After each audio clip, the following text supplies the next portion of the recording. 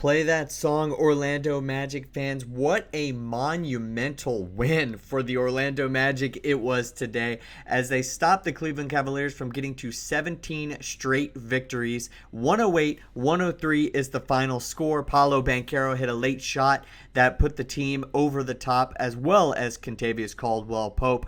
We've come a long way, it seems, in the last couple of days. We're going to break it all down today in this episode of Magic Digest. A little bit of a post-game-esque type of video today on the Sunday evening. So, guys, thank you so much for joining in. And as always, I'm your host, Patrick Previty. Make sure that you guys subscribe to the channel. It helps us out greatly here at Magic Digest, trying to build an Orlando Magic basketball community here on YouTube.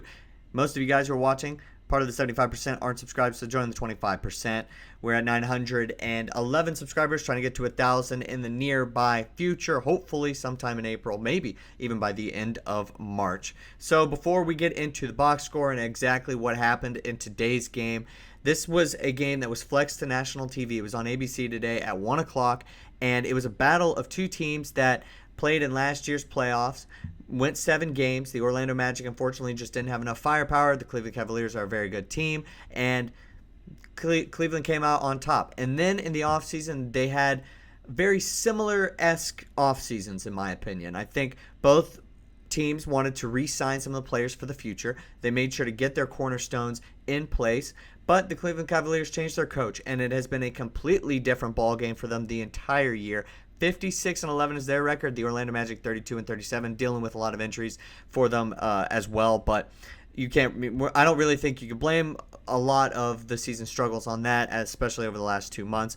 The last time these two teams played, this was late February, so about 3 weeks ago. 122-82, Cleveland won, and then the first game of this season series, 120-109, Cleveland won that one. Let's take a look at the box score. This was obviously a bit of a redemption game for the Magic. That's just a sneak peek at Jamahl Mosley's quote that we're going to talk about later.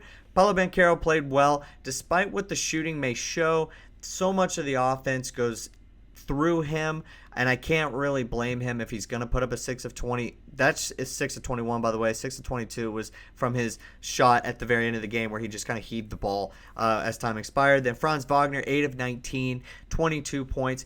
At certain times during this game, he looked really off. And unfortunately, whenever the other team's got a rim protector, you guys mentioned it in the comments below, yes, his game is prone to getting a little bit one-dimensional, and he will have games where he is, let's say, 1 of 7 or to start the game, or 2 of 8 to start the game. This was one of those games, unfortunately for him, but he was able to pick it up when it mattered, got to the free throw line enough, and then we got help from Wendell Carter Jr., KCP, and Anthony Black. Those guys were the main guys who were able to step up for the Magic today and kind of bring this home and allow Paolo Banchero and Franz Wagner to go through those slumps, or maybe some moments in the game where they weren't shooting the ball as effectively as you would think they would need to beat the Cavs. Let's take a look at what the Cavs did today. Nothing really stands out as far as except for Donovan Mitchell's field goal and his field goals and his percentage from the floor, but for the most part, this was just about what this team would show. They've been missing Evan Mobley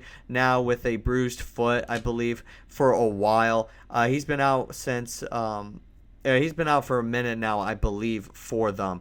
But Cleveland missed 5 shots, 3 by All-Star Donovan Mitchell in the final minute. That is going to contribute to some of this poor percentage. They didn't shoot well from 3. That's probably what's going to cost them. The Magic weren't exactly extremely effective. They were effective for the amount of shots and the percentage, but they only hit 3 more, so that wasn't exactly the main storyline for this game.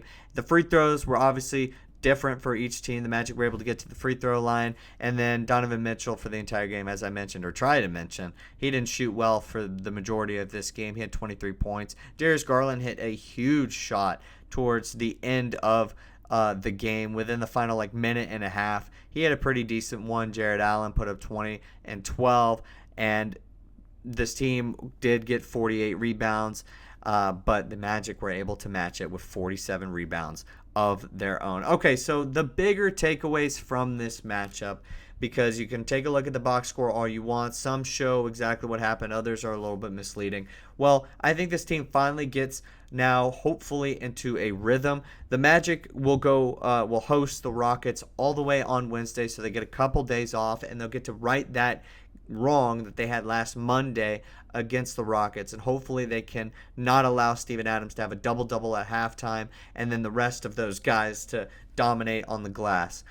There were some things about this team that probably still weren't exactly answered, unfortunately. Bataze did not play until like midway through the third quarter, so he seems to be the big man that is taking the brunt of the Jamahl Mosley heat right now.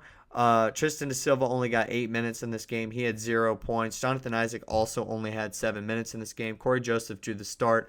Will he draw another start? I don't know. I'm going to get into that in just a second. Cole Anthony came back, which was nice, but he didn't play very much.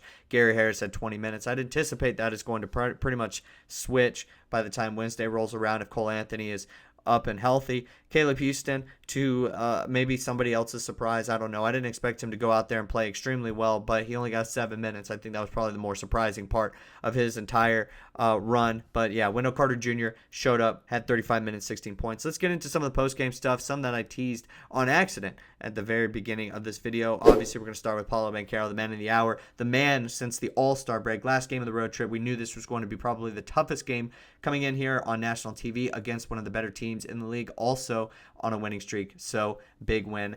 Cannot understate this enough, or overstate this enough, I should say.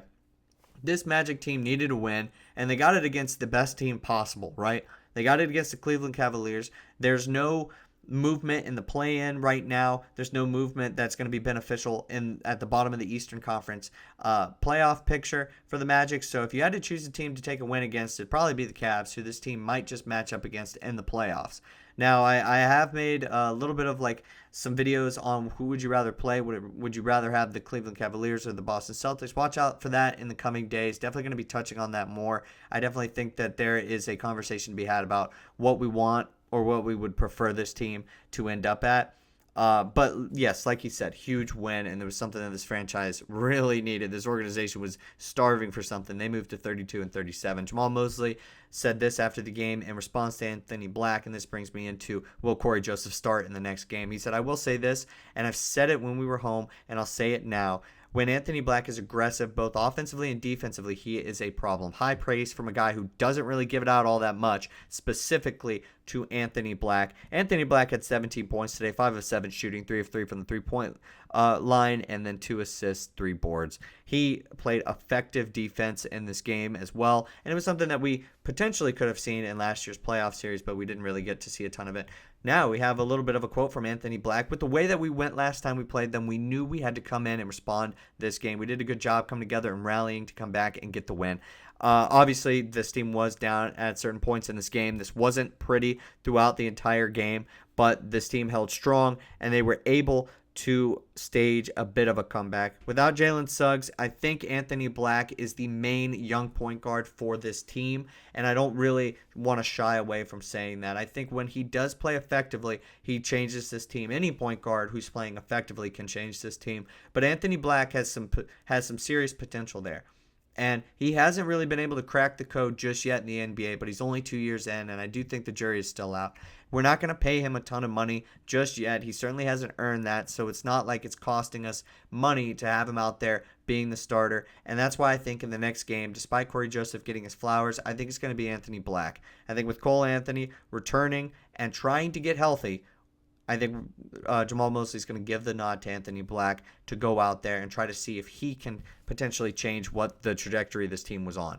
I don't think one win changes everything. I'm not going to say that, despite partially saying that at the very beginning, because I do think it can potentially turn things around.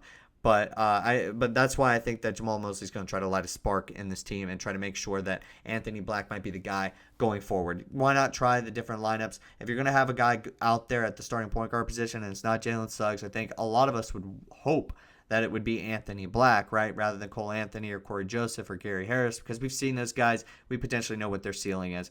But like I said, in every other video, let me know what you guys think in the comment section down below. Tell me what you think about who is going to start in the next game at the point guard position, and obviously just celebrate the win down in the comment section below. Love to see it. Thank you guys so much for watching. I will see you guys next time with more Orlando Magic basketball content.